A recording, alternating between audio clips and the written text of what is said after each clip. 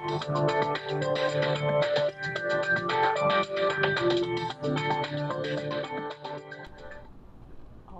outsourcing? Offshore outsourcing? Is that a problem? There. Outsourcing.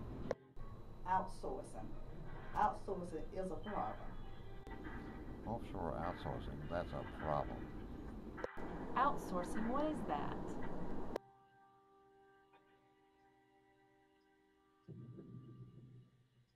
According to Jeffrey Henschel, Communications Director of Tennessee Labor and Career Centers, Tennessee ranked third in the nation in 2009 in filing for trade adjustment assistance petitions, only behind Michigan and North Carolina. Mr. Henschel states, the ranking is a dubious distinction because it means many Tennessee workers have lost their jobs because of foreign competition.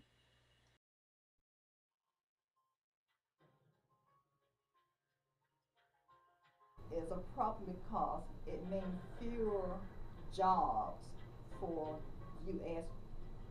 labor force.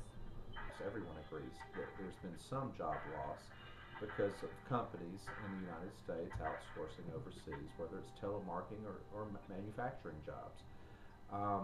It's questionable how detrimental it is. Some people say it's very detrimental. Some people argue that it's not. At this time, the unemployment rate is over 9.5%, 9.6 for 3 consecutive months. The Democrats generally argue, well, you're going to a third world country because you got lower labor, you don't have to worry about environmental laws, you don't have to worry about Medicare and Social Security taxes and workers' comp and unemployment taxes, all the environmental regulations. Therefore, they can go to a cheaper place and with cheaper labor and manufacture wonderful jobs there, and then come back and sell their products here at a higher profit. There's certainly something to be said for that. I think one of the obvious solutions would be, at least from a Republican point of view, would be to lower the labor costs in this country. Right now, workers' compensation costs as well as insurance costs, labor union costs are extremely high. And those type of regulations are really pricing us out of the market on some cheaper labor costs. The best way to help our country to be patriotic is to offer more jobs here, despite the lower production costs in other countries. It's clear to me, having been an attorney and a CPA representing small businesses, that one of the primary problems is that we do have such regulation and costs in this country. When you have minimum wage laws, and then you have workers' comp laws, you have insurance laws, you have unemployment taxes, the cost of labor in this country in many aspects is much, much higher. We need to make it more attractive to be here, as opposed to saying, well, we're going to force you to have higher minimum wages, we're going to force you to have higher living wages, we're going to force you to do workers' comp, force you to have more retirement accounts, force you to have just extraordinarily high labor costs, and then we're going to prohibit you from going overseas. I don't believe that's possible. I don't believe it will work. If it would work, I'd be tempted to consider that option, even though it's kind of against the free market and against freedom. But I really don't think it can work. I don't think it ever will work. So we're really losing the technology war and the quality war. I mean, if we can have higher technology and higher, we can still compete even though our labor costs are higher. For what it's worth, I think it depends on a person's situation and age. For younger people, teenagers and up, it's mainly a factor of focusing their education on areas less subject to outsourcing, though that's easier said than done, as it is a changing landscape and depends on a person's capability. Detail jobs, even very highly skilled ones like engineering, are subject to outsourcing. As an example, in engineering, I would recommend a student to be as multidisciplinary as possible. Focus on the bigger picture. Systems engineers, essentially the architects of products and systems, will remain core to the company. A similar situation exists in other disciplines. The more a person is involved in decisions core to the business, the less likely to get outsourced. For older workers, This is a hard change, particularly skilled workers whose value is much lower as they move away from their training, like software engineers.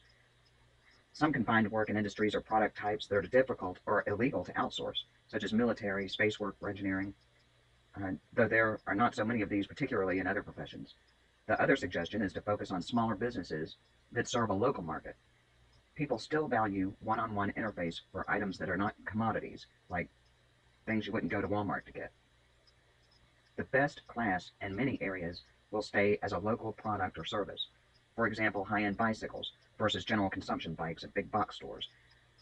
There's not enough, there's a big market for the high-end stuff, but those that want it expect the best and want local support. The same applies to many other products. I have a friend that does very specialized carpentry work, building, for example, high-end closets in multi-million-dollar houses. He works essentially by himself, and he's always in demand and makes a good living at it. Of course, you could lobby your congressman, senator, and vote Democratic. The economy is going global, and nothing's going to stop it. In several decades to come, the third world economies will catch up, and it will no longer be cheaper to send work there. However, that will take a long time, as it will first move from India, China, to New Guinea, and Africa, etc. The long-term question is, will the economies of the world rise toward our level, or will we move toward theirs? But you understand, if we prohibit them from doing things overseas, they're not going to come to Chattanooga.